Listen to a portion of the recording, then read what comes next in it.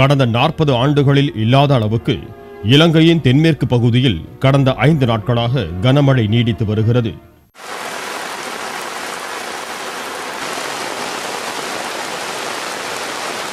வெள்ளம் மற்றும் நிலச்சரிவு காரணமாக 5 லட்சத்திற்கும் மேற்பட்ட மக்கள் பாதிக்கப்பட்டிருக்கிறார்கள். பலியானோரின் எண்ணிக்கை 201ஆக அதிகரித்துள்ளது. மேலும் பலரை காணவில்லை என்றும் அறிவிக்கப்பட்டுள்ளது.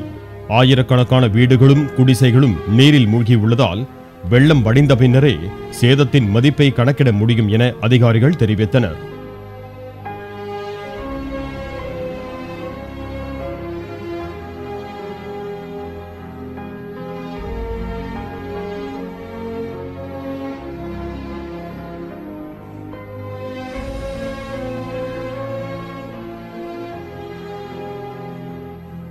மழை வெள்ளத்தில் சிக்கி உள்ளவர்களை மீட்டு நிவாரணப் பொருட்களை வழங்கும் பணியில் முப்படைகளும் ஈடுபடுத்தப்பட்டுள்ளன. நோய் தொற்று ஏற்படாமல் தடுக்க மருத்துவ குழுக்கள் மருத்துவ முகாம்களை நடத்தி வருகின்றன. ரத்தினபுரி, மாத்தறை உள்ளிட்ட பகுதிகளில் மீட்பு பணிகள் போர்க்கால அடிப்படையில் மேற்கொள்ளப்பட்டு வருகின்றன. இராணுவத்தினரின் மீட்பு பணியின் போது ஏராளமான சடலங்கள் கண்டெடுக்கப்படுவதால் உயிரிழப்பு மேலும் அதிகரிக்கலாம் என அஞ்சப்படுகிறது. மீட்பு பணியில் ஈடுபட்டிருந்த ஹெலிகாப்டர் ஒன்றும் நொறுங்கி விழுந்தது. இலங்கை நாடாளுமன்றத்தை சுற்றி வெள்ள நீர் சூழ்ந்துள்ளது.